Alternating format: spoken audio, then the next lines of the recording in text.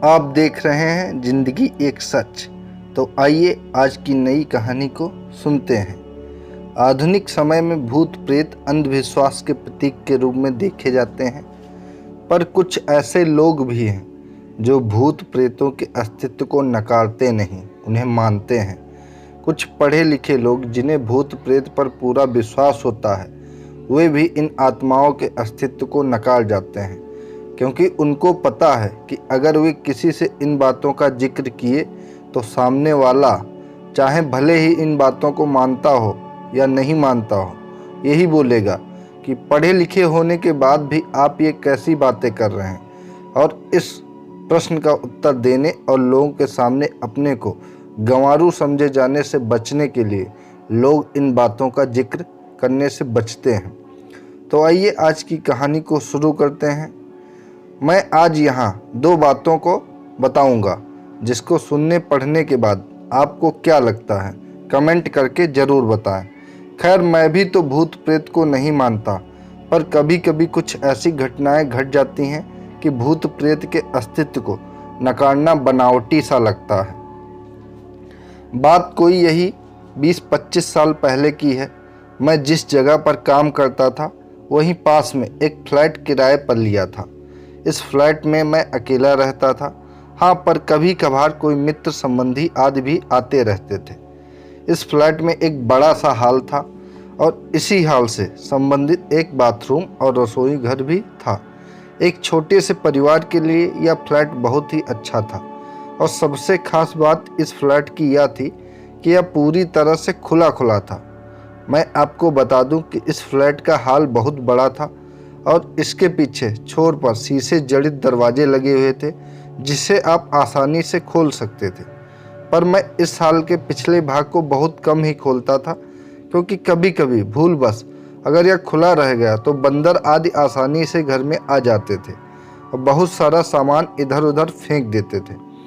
आप सोच रहे होंगे कि बंदर आदि कहाँ से आते होंगे, तो मैं आप लोगों को बताना भूल गया कि यह हमारी बिल्डिंग एकदम में एक सुनसान किनारे पर थी और इसके अगल बगल में बहुत सारे पेड़ पौधे, जंगली झाड़ियाँ आदि थी।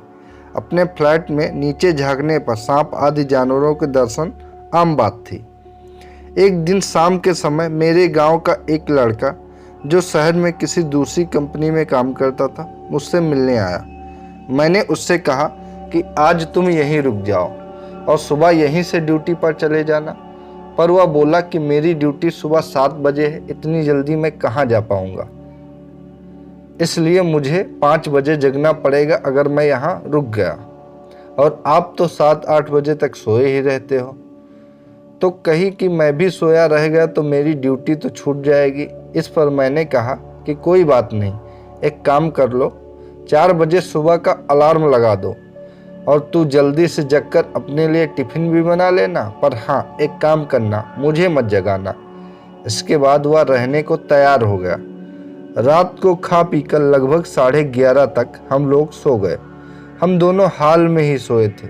मैं खाट पर सोया था और वह लड़का लगभग मेरे से 2-3 मीटर की दूरी पर चटाई बिछाकर नीचे ही सोया था।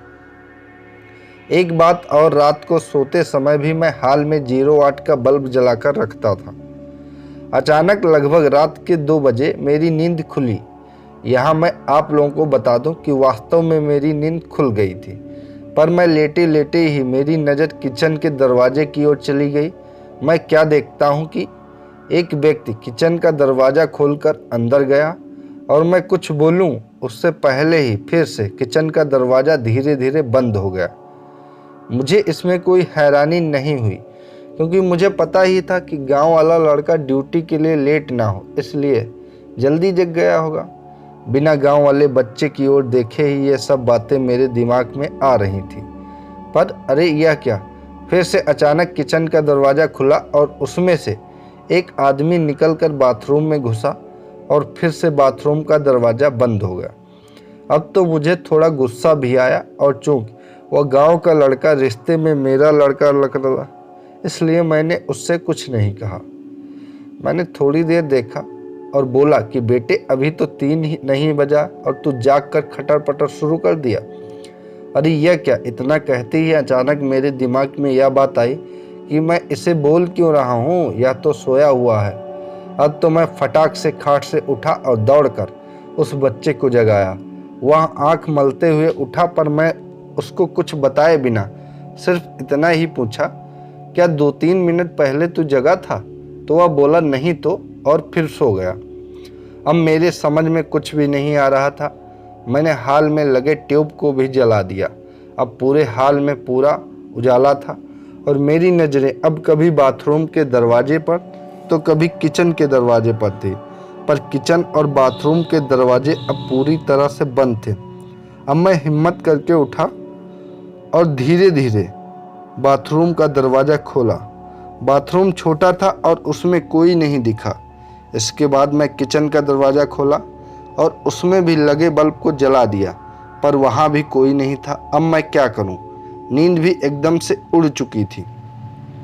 इस घटना का जिक्र मैंने किसी से नहीं किया। मुझे लगा यह मेरा वहम था और अगर किसी को बताऊंगा तो कोई मेरे रूम में भी शायद आने से डरने लगे। इस घटना को बीते लगभग 1 महीने हो गए थे और रात को फिर कभी मुझे ऐसा अनुभव नहीं हुआ। एक दिन मेरे गांव के 2 लोग हमारे पास आए। उनमें से एक को विदेश जाना था और दूसरा उनको छोड़ने आया था।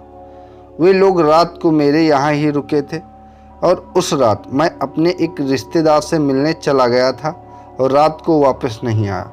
सुबह सुबह जब मैं अपने रूम पर पहुंचा तो वे दोनों लोग तैयार होकर बैठे थे और मेरा ही इंतज़ार कर रहे थे। ऐसा लग रहा था कि वे बहुत ही डरे हुए और उदास हों। मेरे आते ही वे लोग बोल पड़े कि अब हम लोग जा रहे हैं। मैंने उन लोगों से पूछा कि फ्लाइट तो कल की है, तो आज की रात आप लोग कहाँ रुकोगे? उनमें से एक ने बोला, रोड पर सो लेंगे, पर इस कमरे में नहीं रुकेंगे। अरे अब अचानक मुझे 1 महीना पहले जो घटना हुई थी वो याद आने लगी। मैंने सोचा, तो क्या इन लोगों ने भी इस फ्लैट में किसी अजनबी आत्मा को देखा है? मैंने उन लोगों से पूछा कि आखिर बात क्या हुई, तो उनमें से एक ने कहा कि रात को कोई व्यक्ति आकर मुझे जगाया और बोला कि कंपनी में चलते हैं। मेरा पर्स वहीं छूट गया। फिर मैं थोड़ा डर गया और उसको भी जगा दिया। इसने भी उस व्यक्ति को देखा। वह देखने में एकदम सीधा साधा लग रहा था और शालीन सभ्य था। हम लोग एकदम डर गए थे क्योंकि हमें वह व्यक्ति इसके बाद किचन में जाता हुआ दिखाई दिया था और उसके बाद फिर कभी किचन से बाहर नहीं निकला और हम लोगों का डर के मारे बुरा हाल था।